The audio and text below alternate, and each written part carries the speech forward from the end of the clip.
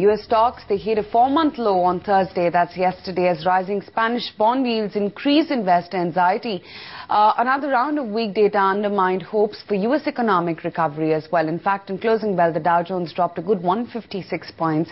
The S&P 500 index was down 20, and the Nasdaq as well lost about 60 points or so. In addition, the weekly claims for jobless benefits, they showed no improvement, a sign that the pace of hiring remains pretty lackluster in the U.S. even now.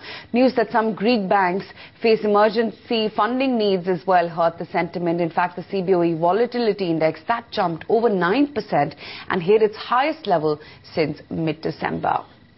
In fact, Moody's has downgraded 16 Spanish banks, including Banco Santander, the Eurozone's largest bank, citing a weak economy and government's reduced ability to support lenders. Now, all the banks' long-term debt rating were downgraded by at least 1 notch, and some suffered as much as 3-notch cuts. Spain's banks awash in bad loans after a real estate boom went bust are at the heart of the Eurozone crisis, as markets fear that the state of a bailout would put a severe strain on the country's already stretched public finances. So needless to say, I guess globally things are in a mess. Just look at the environment. Greece is a disaster.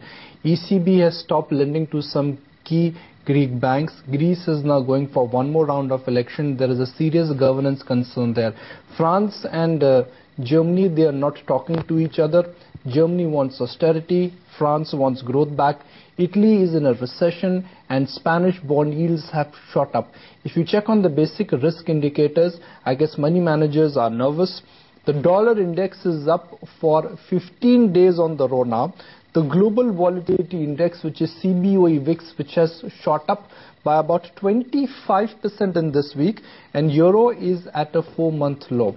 If you look at major Asian markets and major US markets also, most of the markets are at a multi-month low. Japan is at a 4-month low. Kospi is at a 5-month low. Australia now is at a fresh 4.5-month low. So there are multiple moving parts. We are in a dangerous market environment. These are uncertain times, and the best way to approach this market is that you need to exercise caution.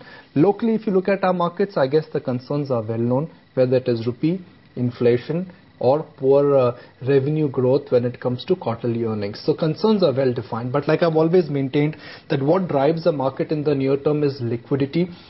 Indian markets are entirely dependent on global liquidity. Because global risk appetite has reversed, foreign institutional investors are no longer coming to India. So we are in a spot of bother.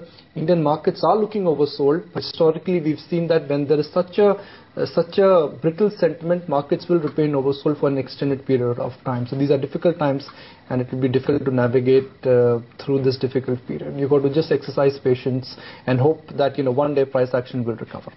Let's connect with Cameron Brandt, Director of Research with EPFR. Cameron, morning. Thank you for joining us. Cameron, characterize the environment for us, and specifically if you could tell us how inflows have moved for emerging markets. Emerging markets equities certainly seem to be bearing the brunt of the current uncertainty. For the second week running, the funds we track have posted year-to-date highs when it comes to outflows. And it seems that though risk appetite has not died, it has simply migrated into the fixed income space. We're still seeing strong inflows into most bond fund classes, including emerging markets bonds, but very little interest in the equity space, both developed and emerging.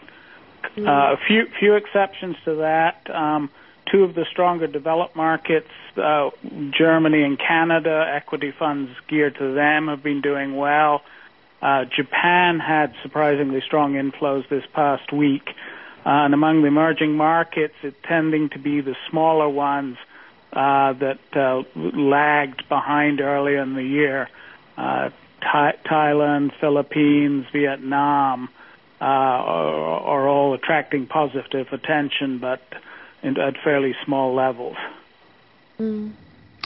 Right. Cameron, what about the U.S. equities? Because the economic data there as well is disappointing. We had the jobless claims overnight, and that also indicates a very lackluster picture Yes, well, this week we saw the first retail inflows into U.S. equity funds since last July, which you can either take as a final vote of confidence that the recovery here has some traction, or as the institutional investors seem to feel, you've got a really strong sell signal.